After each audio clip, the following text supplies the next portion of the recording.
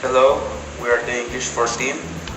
We are going to talk about Rome and we'll prepare spaghetti carbonara and give a little explanation of how to prepare it. We decided to talk about Rome and the pasta because right now our second semester friends are working on the restaurant and their theme is Italian mafia and food. First, we are going to talk about the plain history. The whole history of the region of this dish and its place in Cucina Romana is vague. The region of carbonara is most discussed, yet no one really knows. There are several competing theories, but all are anecdotal. First, although thought of as a typical Roman dish, the name is said to come from a dish made in the Apennine Mountains of the Abruzzo by woodcutters who make charcoal for fuel. They would cook the dish over a hardwood charcoal fire and use penne rather than spaghetti because it is easier to toast with eggs and cheese.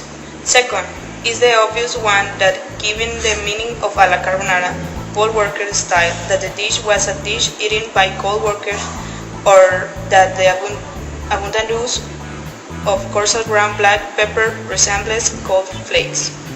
History is that food shortages after the liberation of Rome in 1944 were so severe that allied troops distributed military rations consisting of powdered egg and bacon, which the local population used with water to season the easily stored dried pasta.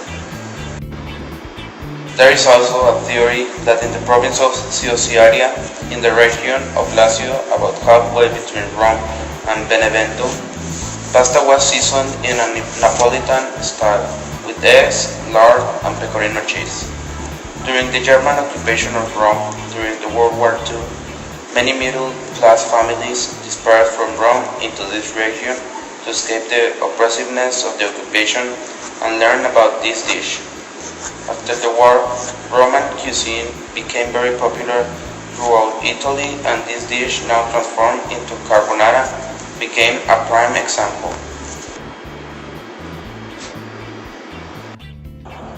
Another story suggests that the famous restaurant in the Campo de' Fiori in Rome, la carbonara, was named after its specialty, although the restaurant has been open since the early part of the 20th century, and thus in fact had carbonara on its menu. The restaurant itself denies any such connection and tells us that the name came about for other reasons. The simplest history, and therefore the most likely, is that the dish had always existed at the family level and in local hostelry before traditional Roman cuisine got its stamp of fame. And of course, we shouldn't forget about the city itself. Here are some interesting facts about Rome. Rome hosts the Cinecity Studios, the largest film and television production facility in continental Europe. Rome is also widely recognized as world fashion capital. Although not as important as Milan, Rome is the world's fourth most important center for fashion in the world. Cappuccino is named after the Roman order of monks, the Capuchin, who wore a hood or capuchin. The snake was a common image in Roman art and jewelry and was believed to have powers over a family's well-being. The Romans were the first civilization to use concrete and the arch with any notable skill. The month of August was originally named Sextilis, but was renamed in honor of the Roman Emperor Augustus. The Colosseum is considered an architectural feat and represents both the beauty and excess of ancient Rome. The diet of ordinary Romans consisted mostly of starchy food and did not include many green vegetables, fresh meat, or fats. The city of Rome has the best archaeological hub and one of the world's main centers of archaeological research. Now that was interesting. I didn't know all those theories about this particular recipe. And speaking of it, the recipe. First of all, let's talk about ingredients. You will need pasta, obviously, duh. Though we're using spaghetti number 7, you're able to use other types like fusilini, tortiglioni, and so on. Also, take note that this recipe is for 500 grams of pasta, but you can change the quantities as needed. Next item, sour cream. I don't think we have much to say about this. Quantity. Oh, right.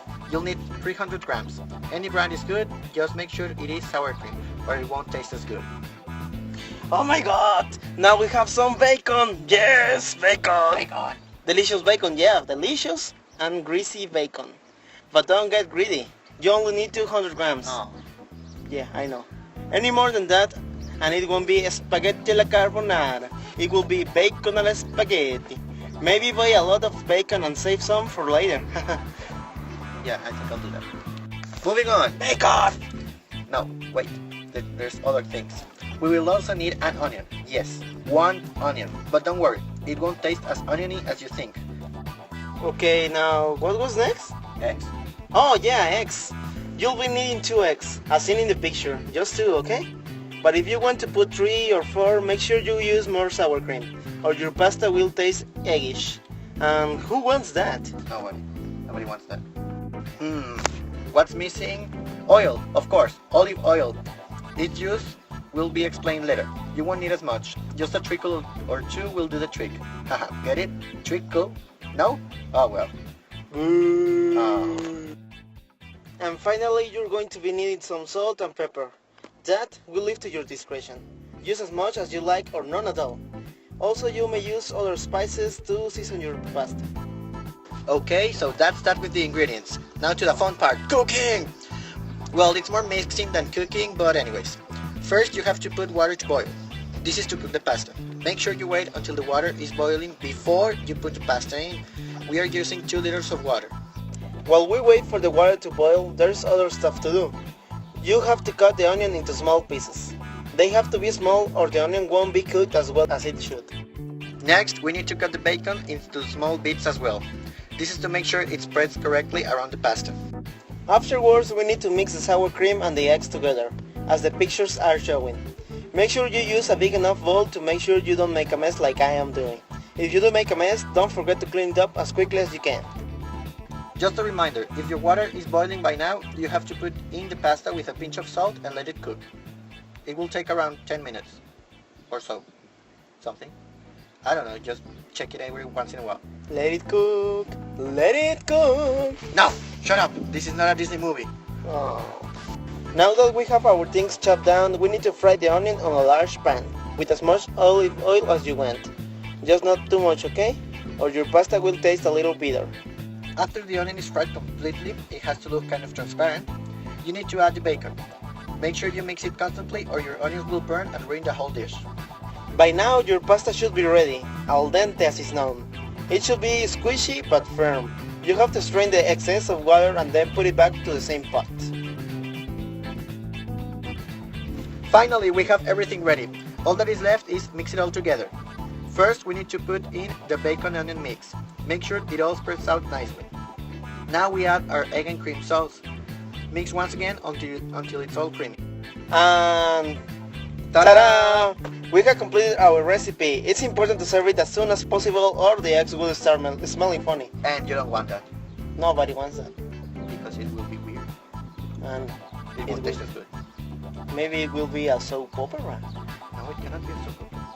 Why not? Because it's a dish, not television. Oh yeah, right.